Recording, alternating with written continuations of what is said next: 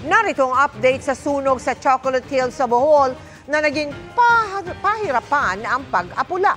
Nakatutok live si Nikki Sereno ng GMA Regional TV Balitang Bisdak. Nikki? Yes, Mel, dalawang burol nga na parte ng Chocolate Hills dito sa bayan ng Carmen, Bohol ang nasunog.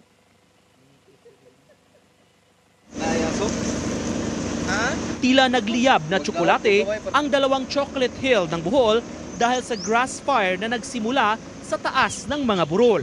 Pasado alas 7 kagabi nang alertuhin ang BFP Carmen kaugnay ng sunog sa Barangay Buenos Aires. Dahil walang daan, hindi makaakyat ang mga fire truck. Kaya mano-mano, ulalong pahirapan ang pag-apula sa sunog sa tuyong Cogon Grass.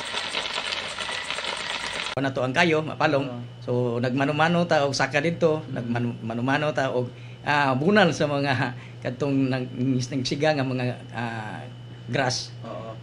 Bunal na sa dili pasirit. Bunal gyud, wala gyud mi kapasirit kay ang ato ang mga fire hose disad kabot. Bagamat malayo sa mga bahay, kinabahan pa rin ang mga residenteng aming dinatnan sa paanan ng burol. Di naghuwat tapos may bisig masunog ning niya kay daghan na ba kayong mais na bagong gikuan, nanggian.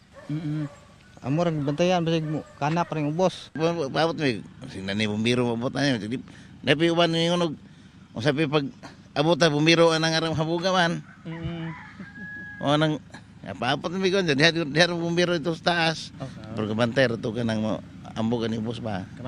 Pero hindi raw ito ang unang sunog sa Chocolate Hills ngayong tag-init. Bagamat umabot ng 5,000 square meter, walang napinsalang ari-arian ang sunog na naapula pasado alas 10 kagabi. Inaalam pa ng BFP ang mismong mitya ng grass fire pero posible umanong spontaneous combustion ito o natural na pagliliyab ng mga tuyong material dahil sa sobrang init.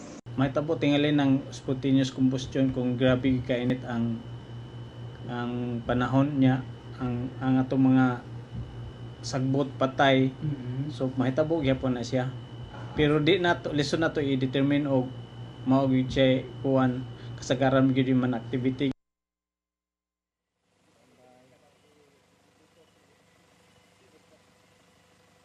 Mel, ayon nga sa BFP Carmen, hindi aabot sa 6 na mga insidente ng grass fire kada araw sa iba't ibang lugar dito sa bayan ang kanilang naitatala ngayong panahon ng tag-init. Kaya patuloy silang nananawagan sa publiko ng kooperasyon para maiwasan ito. Mel?